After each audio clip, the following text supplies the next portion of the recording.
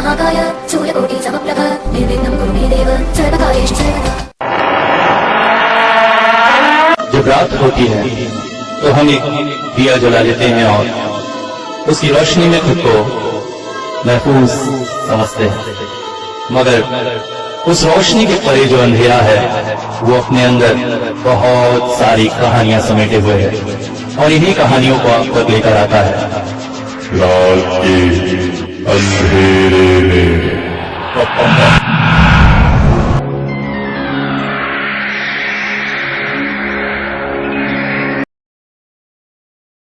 वज्रनाथ कब्रिस्तान की ओर गए। वहां पहुंचकर उन्होंने देखा चारों तरफ बच्चों की लाशें पड़ी हुई थी। डमरू नहीं देखते ही बोला, बाबा देख रहे हाल? हाँ देख रहा हूं। कल रात को सचमुच यहाँ पर कोई बहुत भयानक कांड हुआ है। और वो महिला और पुरुष कहाँ हैं? तभी उनकी नजर पास ही में सुरेंद्र और विपाशा पर पड़ी।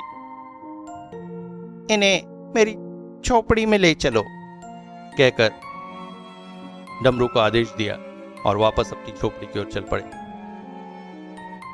अब तक सुरेंद्र और अभिलाषा को होश आ चुका था।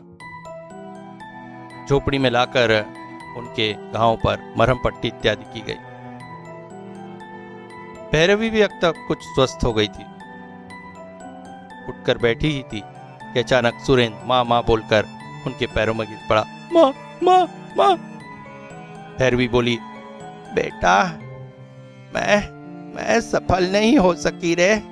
तेरे बच्चे को मैं लौटा नहीं सकी।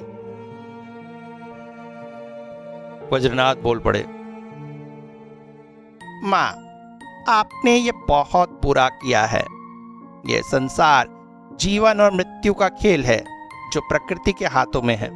प्रकृति के किसी भी कार्य में बाधा देना इंसान के लिए उचित नहीं है, मगर आपने मृत्यु को जीतने की कोशिश की है।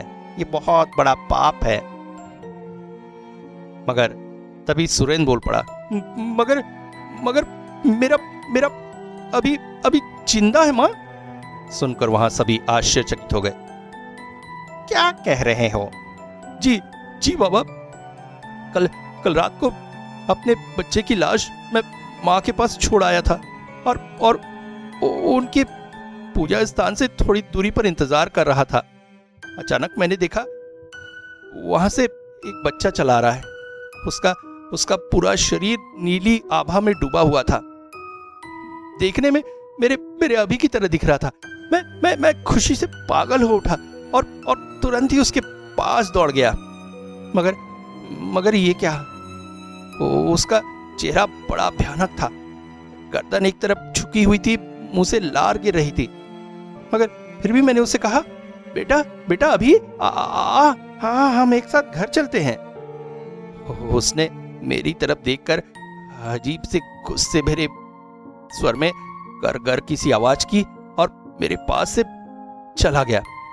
मैं भी उसके पीछे चल पड़ा। वो कब्रिस्तान तक ही पहुंचा था कि मैंने फिर से चिल्लाया, बेटा अभी चल वापस, तेरी माँ इंतजार कर रही है। अचानक वो मेरी तरफ मुड़ा। उसके चेहरे में भयंकर गुस्सा था। वो हवा में उड़ गया और अचानक ही मेरे सीने पर एक जोरदार लात मारी। मैं अपने आप को संभाल ना सका और जमीन पर गिर गया। तभी मेरे सीने पर बहुत दर्द महसूस हुआ। आँख खोलकर देखा तो वो मेरे सीने पर बैठा हुआ था। उसका चेहरा बहुत ही भयानक था। उसने अपने दोनों हाथों से मेरी गर्दन दबा रखी थी। मुझे ऐसा लग रहा था मेरी सांस बंद हो जाएगी कि तभी पास ही एक साधु सा दिखने वाला व्यक्ति प्रकट हुआ। उसने हाथों में त्रिशूल पकड़ रखा था। जोर से चिल्लाया, जय तारा, और त्रिशूल से एक वार कर दिया। अभी बिल्कुल चीखता हुआ सा मुझसे दूर जा गिरा और इसके बाद मैं बेहोश हो गया। वो तुम्हारा अभी नहीं था, उसके शरीर में कोई राक्षस था। भैरवी बोल पड़ी, नहीं वो मेरा अभी ही था, मैंने देखा है। अचानक विपाशा बोल पड़ी, मैं उसके पीछे पीछे गई थी। उसने मुझे माँ कहकर बुलाया था। मैं उसके पीछे जाकर उसे रोकना चाहती थी, मगर रोक ना सक। मैंने आगे बढ़कर उसे रोकना चाहा था, मगर वो हवा में अदृश्य हो गया। और तभी पेड़ की एक बड़ी सी डाल अचानक टूटकर मेरी ओर गिर पड़ी। तभी मैंने देखा एक साधु अचानक प्रकट हुए और डाल को रोक लिया, मगर उसके बाद फिर अचानक मैं बेहोश हो गई। दोनों की बातें सुनकर भैरवी और वज्रनाथ दोनों आश्चर्यचकित हो गए, क्योंकि जिस साधु के बारे में वो बार बार कह रहे थे उसका प्रतिरूप त्रिलोकीनाथ से बिल्कुल मिलता था। कहीं गुरुदेव मानसिक रूप से फिर से हमारी मदद तो नहीं कर रहे? यही बात उनके दिमाग में थी। वज्रनाथ ने मनी मन गुरु को प्रणाम किया। सूरज की रोशनी आंखों में पड़ते ही साथ रघु की आंखें खुल गई। अचानक घबरा कर वो उठ बैठा। नदी के किनारे कितनी देर से बेहोश पड़ा था उसे पता नहीं। अचानक ही छुट्टन के बारे में सोचकर उसका मन जैसे दुखी हो उठा। आह, कितनी बड़ी दुष्टता की थी उसने उस निरीह दिव्यांग बच्चे के साथ। मगर वो करता भी क्या? गरीबी का संसार, पत्नी बच्चों को पालना, ऊपर से इस तरह का एक दिव्यांग बच्चा। क्या होता उसका भविष्य? कैसे पाल पोस कर उसे बड़ा करता? ऐसे बच्चों के लिए तो अलग से स्कूल होता है। अपने एक बेटे को तो पढ़ा नहीं पा रहा है। फिर कैसे देखता कि लोग उसके दिव्यांग बच्चे का मजाक उड़ा रहे हैं, बड़ा होकर वो भीख मांग रहा है? क्या ये सब देखना उसकी किस्मत में लिखा था? शायद यही सब सोचकर तो उसने वो महापाप किया जो शायद उसे नहीं करना चाहिए था। छुट्टन उसका दूसरा बेटा था। बचपन से ही उसके पैर काम नहीं करते थे। जमीन में घिसट कर वो अपनी जिंदगी जी रहा था। एक दिन अचानक उसे पता चला कि शहर में एक ऐसी संस्था है जो ऐसे बच्चों को पाल पोस कर बड़ा करती है। उसने मनी मन तय किया वो छुट्टन को वहीं दे आएगा। यहां रखकर वैसे भी वो उसकी जिंदगी खराब ही करेगा। पत्नी को समझाने में थोड़ी मुश्किल हुई, मगर बेटे के भविष्य को सोचकर उसने भी हाँ कर दी। और वो दिन आया जब वो छुट्टन को लेकर शहर जाने के लिए तैयार हुआ। छुट्टन भी बेहद खुश था। पापा शहर में बड़े सिनेमा घर होते हैं। हाँ बेटा, हम देखेंगे। हाँ, जा रहे हैं तो जरूर दिखाऊंगा तुम्हें। रेलगाड़ी में भी चढ़ेंगे। अरे रेलगाड़ी से ही तो जाना है। छुट्टन बेहद खुश था। शहर घूमेगा, रेलगाड़ी देखेगा। मगर शहर पहुंचकर रघु की सारी योजनाएं फेल हो गई। संस्था दिव्यांग बच्चों की देखभाल करती जरूर थी, मगर अंदर ही अंदर वहां इतना करप्शन था कि बच्चे को भर्ती करने के लिए भी उसे एक मोटी रकम देनी पड़ती। हालांकि कागज कलम में यह सरकारी संस्था बच्चों की मुफ्त देखभाल करती थी, मगर गरीबों की सुनवाई कहां होती है। छुट्टन का भविष्य रघु को अंधकार में दिखने लगा। क्या करेगा वो? कैसे पालेगा इस बच्चे को? और तभी उसने वो बड़ा फैसला लिया। रघु को लेकर चुपचाप शहर के पास बहती हुई नदी में चला गया और नदी के पानी में उसे अपने हाथों से डुबो कर मार डाला। घर आकर पत्नी को समझाने में थोड़ी मुश्किल जरूर हुई थी, मगर उस बच्चे को उसने मुक्ति दे दी थी। मगर छुट्टन को मारकर उसने तो अपने हाथों से गांव लाकर कब्रिस्तान में बच्चों को गाड़ने वाले स्थान पर गाड़ दिया था। फिर छुट्टन वापस कैसे आ सकता है? तो क्या छुट्टन की आत्मा उससे बदला लेने के लिए वापस आ गई है? क्या वो क्या वो उसे मार डालना चाहती है? और वो साधु कौन था जो उसकी रक्षा किया? ढेर सारे प्रश्नों को मन में लेकर रघु पकड़ी हुई मछलियां हाथों में लेकर घर की ओर लौट पड़ा। वज्रनाथ ने बिपाशा और सुनेंद्र को समझा बुझाकर घर भेज दिया। मरा हुआ कोई दोबारा जीवित नहीं होता है, ये बात उनकी समझ में आ गई थी। मगर हाँ, भविष्य में उन्हें सावधान रहना है, क्योंकि उनके पुत्र के शरीर में कोई एक भयानक आत्मा इस वक्त वास कर रही है और वो उन्हें किसी प्रकार का प्रलोभन देकर उनका अनिष्ट कर सकती है। यह उन्हें अच्छी तरह समझा दिया गया था। शाम का समय था। वज्रनाथ और भैरवी दोनों ध्यान में गुरु त्रिलोकीनाथ से संपर्क करने की कोशिश कर रहे हैं। भैरवी की हालत अब पहले से ठीक है, दर्द कुछ कम है। दोपहर को उसने कुछ खाया भी था। शाम के इस समय दोनों मां काली की मूर्ति के सामने बैठकर टेलीपैथी से गुरु त्रिलोकीनाथ से संपर्क करने की कोशिश कर रहे हैं। अचानक ही भैरवी के गालों में एक कसकर थप्पड़ पड़ा। वो दूर छिटककर जमीन पर गिर पड़ी और कमरे में गूंज उठी त्रिलोकीनाथ की आवाज, बेवकूफ महिला, तुझे इतनी समझ नहीं है? तू प्रकृति के नियमों से खिलवाड़ करना चाहती है। मेरी दी हुई शिक्षाओं को तू मजाक बना रही है, अपनी ताकत दिखाना चाहती है। ऐसे कर्म ही क्यों करना जो तुम पर मुसीबत बनकर आए? और क्या तुझे इतना पता नहीं कि शिष्य के किए हुए कर्मों की सजा गुरु को मिलती है? तूने प्रकृति के विरुद्ध जो कर्म किया है, उसके एवज में मुझे भी कुछ न कुछ सजा अवश्य भुगतनी होगी। वो कल सुबह ही अपना सब सामान लेकर कामाख्या चली जा और वहीं साधना में रत रह। मनुष्यों के बीच तू रहने के लायक नहीं है। सन्यासी जीवन ही जी मूर्ख।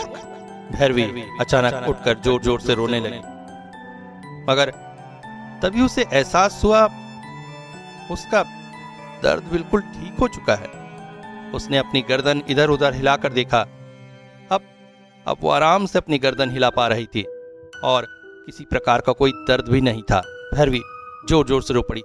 गुरुदेव, गुरुदेव, आपकी असीम कृपा। आपने मुझे बेहद दर्द से मुक्ति दिलाई है। मैं कल ही कामाख्या चली जाऊंगी और आपके कहे पर बिल्कुल अनुसरण करूंगी। वज्रनाथ आश्चर्यचकित थे। भैरवी की हालत देखकर वो डरे भी थे और प्रसन्न भी हुए थे, मगर तब तक गुरु से संपर्क टूट चुका था। रात को वज्रनाथ की आंखों में नींद नहीं थी। वो मनी मन सोच रहे थे, सच में शिष्यों के किए हुए कर्मों को गुरुदेव ही हर सकते हैं और उनको हरने के लिए उन्हें खुद कष्ट उठाना पड़ता है। दूसरी तरफ भैरवी ने अपना सारा सामान जमा लिया था। कल सवेरे ही वो कामाख्या के लिए निकल जाएगी, मगर उसकी बुलाई उस भयानक आत्मा का क्या होगा और वो किस किस को कष्ट देगी, इसके बारे में उसे कुछ समझ में नहीं आ रहा था। अचानक वज्रनाथ के कानों में आवाज गूंजी, वज्रनाथ। वो हड़बड़ा कर उठ बैठे। गुरुदेव, गुरुदेव, कहाँ हैं आप? मैं तुम्हारे साथ हर समय हूं, मगर इस समय मैं एक गांव में हूं। तुम्हें तो पता ही है, मेरे हाथों एक बहुत बड़ी भूल हो गई है, जिससे नरक का दरवाजा खुल गया है और बहुत सी आत्माएं धरती पर आ गई हैं। इस वक्त मैं उन्हीं के निपटारे में लगा हूं, मगर अब तुम्हें भी काम में लगना होगा। भैरवी ने महामृत्युंजय मंत्र के जाप से बहुत से बच्चों की आत्माओं को धरती पर बुलाया था, मगर उनमें से 2 बच्चों की आत्मा यहीं रह गई, वापस नहीं गई। उनमें से एक ने दूसरे बच्चे के शरीर पर कब्जा कर लिया है और उस शरीर में जिस बच्चे की आत्मा थी वो आत्मिक रूप से ही तुम लोगों के बीच है। दोनों की ही इच्छा शक्ति अत्यंत प्रबल है और वो अपनी उस इच्छा को पूर्ण करने के लिए ही वापस आए हैं। जब तक वो इच्छा पूर्ण नहीं होती वो किसी भी हद से धरती से वापस नहीं जाएंगे। तुम्हें उनकी उन इच्छाओं का पता लगाना है और उन इच्छाओं को दुर्बल करके उन्हें परास्त कर इस धरती से वापस भेजना है। वो लोग अपनी इच्छा पूर्ण में लग चुके हैं और एक बार प्रयास भी किया है उन्होंने। उस समय मैंने उनकी कार्य में बाधा दी है, मगर इतनी शक्ति मैं बार बार अर्जित नहीं कर सकता कि मानसिक रूप से उन्हें रोक सकूं। अब तुम्हें यह काम करना है। भैरवी को मैंने इस काम से अलग कर दिया है क्योंकि वो बहुत नर्म दिल की है। स्त्री है ना, माता का दिल उमड़ उठता है। कब क्या करना चाहिए, प्रकृति के किस नियम का पालन करना अनिवार्य है, वो ये नहीं समझती है। वो जानती है सिर्फ बच्चों के दर्द दूर करना। यहाँ रहेगी तो हो सकता है और भी कुछ भूले उससे हो जाए, इसलिए मैंने उसे स्वस्थ करके कामाख्या की तरफ चले जाने के लिए कहा है ताकि आगे तू अकेले निश्चिंत होकर काम कर सके। गुरुदेव, आप ही अब मुझे रास्ता दिखाइए। आखिर मैं ये काम कैसे करूं?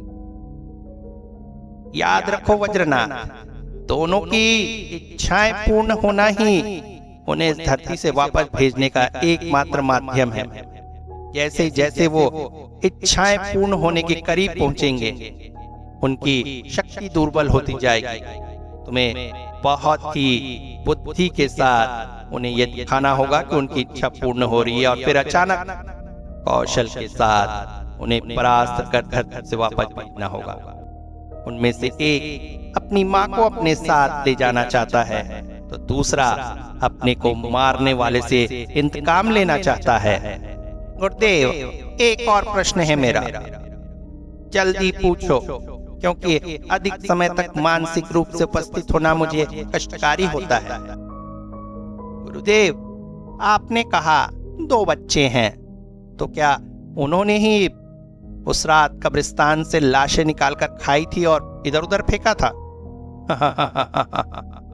नहीं वज्रनाथ, उस रात भैरवी के आवाहन पर बहुत सारे बच्चों की आत्मा इस धरती पर आई थी और अपने अपने शरीरों में प्रविष्ट होकर कब्र से बाहर आ गई थी। मगर जैसे ही उनकी आत्माओं को भैरवी ने वापस भेज दिया तो उनके वो शरीर जो कब्र से निकल आए थे निर्जीव होकर फिर इधर उधर गिर गए और वही तुम्हें इधर उधर छिटके हुए मिले थे और कुत्ते और सियार आदि ने लाशों को खाया हुआ है। गुरुदेव, एक और प्रश्न, आपने कहा उनमें से एक बच्चे की हत्या की गई है, मगर वो कौन है? ये बहुत पुरानी घटना है वज्रनाथ। एक विकलांग बच्चा था जिसे उसके पिता ने ही मारकर इस गांव के कब्रिस्तान में गाड़ दिया था। ये बहुत पुरानी घटना है। उस बच्चे के शरीर के अवशेष नहीं बचे, इसलिए उसने धरती पर आकर दूसरे बच्चे की लाश पर कब्जा कर लिया।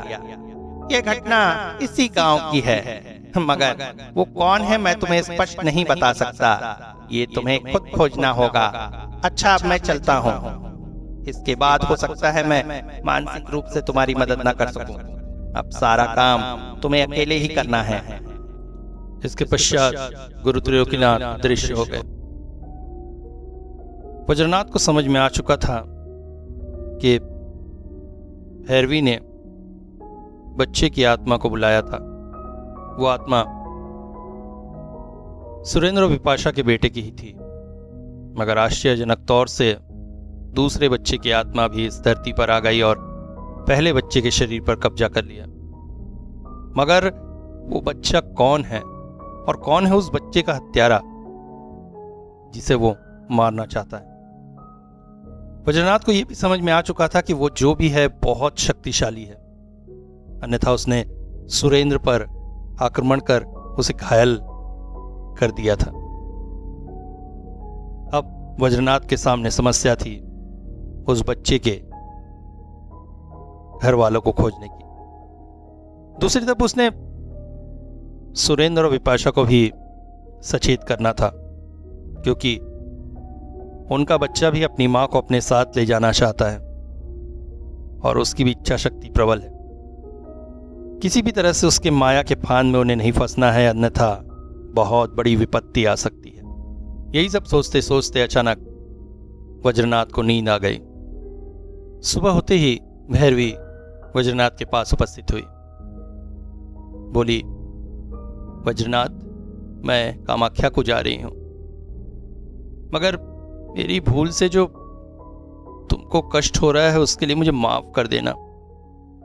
अब इसका निवारण तुम्हें ही करना है। वज्रनाथ बोल पड़े, माँ ऐसी बातें मत करिए। आप असल में बहुत भोली हैं, लोगों के दुख दर्द नहीं देख पाती है, इसीलिए आप ऐसा काम कर बैठी हैं। मगर गुरुदेव ने अगर आपको निर्दिष्ट किया है तो हो सकता है कामाख्या में ही आपकी कोई भलाई नहीं तो। हाँ वज्रनाथ, तुम सही कह रहे हो। कहकर वज्रनाथ से विदा लेकर भैरवी कामाख्या को चली गई। वज्रनाथ अब उस बच्चे का पता ढूंढने लगे। गुरुदेव ने कहा था बच्चा इसी गांव से था। वज्रनाथ गांव में विकलांग बच्चों के बारे में खोज खबर लेने लगे। साथ ही डमरू भी इस बात में उनकी मदद कर रहा था। इस बीच एक बार वो सुरेंद्र और विपाशा के घर होकर आए। उन्होंने सुरेंद्र को समझाया। उनके समझाने से सुरेंद्र ने अपने मन को शांत किया और साथ ही विपाशा को भी समझाया कि इस संसार से जो एक बार चला जाता है वो किसी भी हाल में दोबारा वापस नहीं आ सकता। जो बच्चा इस वक्त आया है वो अभी नहीं, अपितु एक अतृप्त आत्मा है जो किसी भी तरह से उनके साथ रहने लायक नहीं है। उसका एक ही लक्ष्य अपने गंतव्य जहां से वो आया है वहां लौट जाना। माया के बंधन में बंधकर वो इस संसार में है और कष्ट पा रहा है। उसकी आंतरिक इच्छा को किसी भी तरह से छिन्न भिन्न करना होगा, तभी वो संसार से मुक्ति पा सकेगा। मगर मां का मन क्या इतनी आसानी से मानता है। अभी भी उसकी आंखों में अभी बसा हुआ है, मगर संसार तो आगे बढ़ाना ही है। इसलिए अभी के दुख को भूलकर वो धीरे धीरे अपने आप को फिर से संसार से जोड़ने की कोशिश कर रही है। वज्रनाथ ने उन्हें सावधान किया है, अभी की आत्मा प्रलोभन देकर उन्हें छलने की कोशिश अवश्य करेगी। उस प्रलोभन में उन्हें नहीं पड़ना है। और जब वो आत्मा उनके पास आएगी तो उन्हें क्या करना है ये भी उन्होंने समझा दिया।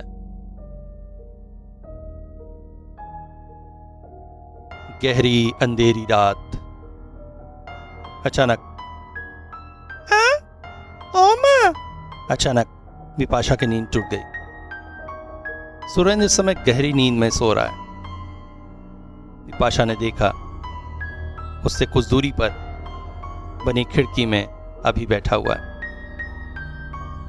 अभी ने उसे देखकर कहा, माँ तुम मेरे साथ चलो ना माँ। विपाशा जैसे किसी सम्मोहन में चली गई और बोल पड़ी, हाँ बेटा चलना, चलती हूँ। अचानक अभी उठा और चलते चलते घर के दरवाजे के बाहर निकल गया। विपाशा भी उसी सम्मोहन में बंधी उसके पीछे पीछे चली जा रही थी। दरवाजे के पास पहुंचते ही अचानक विपाशा के आंचल में खिंचाव पड़ा। वो सम्मोहन से बाहर निकल आई। एक बार उसने मुड़कर बिस्तर पर सो रहे सुरेंद्र की तरफ देखा। अचानक अभी मुड़ा और बोल पड़ा, क्या हुआ माँ? आओ ना, आओ ना। विपाशा आंसुओं से भर गई। बेटा बेटा मैं तेरे साथ जाऊंगी तो दोबारा तो वापस नहीं आ पाऊंगी ना। फिर तेरे पिताजी तो अकेले रह जाएंगे। तो मुझे 2 दिन का समय दे दे, मैं तेरे पिताजी को अच्छे से समझा दूं। फिर मैं तेरे साथ चलूंगी। अचानक जैसे अभी का शरीर तीव्र नील ज्वाला से जल उठा और एक अजीब सी आवाज उसने कहा, ठीक है मगर याद रखना 2 दिन बाद मैं वापस आऊंगा, तब तुम्हें मेरे साथ जाना ही होगा। तब तुम मना नहीं कर सकोगी, समझ गई ना? अचानक ही अभी की आत्मा हवा में विलीन हो गई।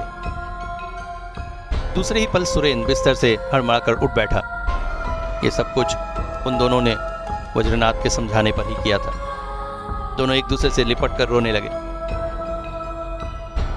जानबूझकर सुरेंद्र सोने का नाटक कर रहा था और विपाशा के आंचल को अपने हाथों में बांधे हुआ था। उसने विपाशा से कह रखा था कि जैसे ही उसके आंचल पर खिंचाव पड़े वो तुरंत ही सम्मोहन से बाहर आके अपने दिमाग को काम में लेने का प्रयास करे, क्योंकि वज्रनाथ को शक था कि विपाशा आत्मा के सम्मोहन में भरकर घर से बाहर निकल जा सकती और घर से बाहर निकलना ही भयानक विपत्ति की सूचक था। सुरेंद्र ने उसे समझाया था कि वो आत्मा से 2 दिन का समय ले ले ताकि वज्रनाथ को काम करने में सुविधा हो। सुरेंद्र इस सारी घटनाओं से बाहर रहा क्योंकि उसकी उपस्थिति से हो सकता है आत्मा आगे न आती या फिर उससे चिढ़कर उस पर आक्रमण कर देती। अगली सुबह बहुत भोर में ही सुरेंद्र वज्रनाथ की कुटिया में पहुंच गया। उस वक्त वज्रनाथ पूजा के लिए फूल तोड़ रहे थे। सुरेंद्र को देखते ही बोले, अरे तुम, कल रात को कुछ हुआ है? सुरेंद्र ने कहा, हाँ बाबा, और उसके बाद उन्होंने सारी बात उन्हें बता दी। वज्रनाथ बोल पड़े, सब कुछ सोचे अनुसार ही हो रहा है। इसके बाद क्या करना है मैंने तुम्हें अच्छे से समझा दिया है। याद रखना, तुम्हारा बेटा बहुत तकलीफ में है, उसे मुक्त करना ही होगा। सुरेंद्र आंसू छलकते हुए आंखें से बोला, हाँ बाबा, आप जैसा कहेंगे हम वैसा ही करेंगे। सुरेंद्र के जाते ही अचानक डमरू घबराया हुआ ऐसा उनके पास आया और बोल पड़ा, महाराज महाराज, कल रात को बहुत बड़ा तांडव हुआ। कैसा तांडव? वृक्षों पर जल देते हुए वज्रनाथ पूछ बैठे। अरे हमारे गांव में जो रघु है ना, वो उसके साथ, मैंने उसे आपसे मिलने आने को कहा है। सुनकर चौंक पड़े थे वज्रनाथ। रघु, वही विकलांग लड़के का पिता ना? मन ही मन उन्होंने सोचा, जब रघु से वो मिले थे तो रघु ने कहा था कि उसका बेटा शहर में एक संस्था में रहता है और वहीं पढ़ाई लिखाई कर रहा है, मगर रघु की आंखें उन्हें इस बात का प्रमाण नहीं दे रही थी। उन्हें पूरा शक था रघु उनसे झूठ बोल रहा है और आज उसका प्रमाण उनके हाथों में आने वाला था। कुछ ही देर बाद एक व्यक्ति रोता बिलखता उनके पास आया। महाराज महाराज बचाइए, महाराज महाराज रक्षा कीजिए, महाराज महाराज रक्षा कीजिए। वज्रनाथ ने उठे उठाते हुए कहा, तुम रघु हो ना? हाँ महाराज। ठीक है, आओ अंदर, थोड़ा शांत हो और उसके बाद सारी बातें मुझे खुलकर बताओ। कुटिया के अंदर जाकर रघु थोड़ा सा शांत होकर बैठा। वज्रनाथ बोले, अब बता क्या बात है? इस दौरान वो मां काली की पूजा भी करते जा रहे थे। रघु बिलख कर रोते हुए बोला, महाराज महाराज, छुटकन मुझे मार डालेगा, छुटकन मुझे मार डालेगा।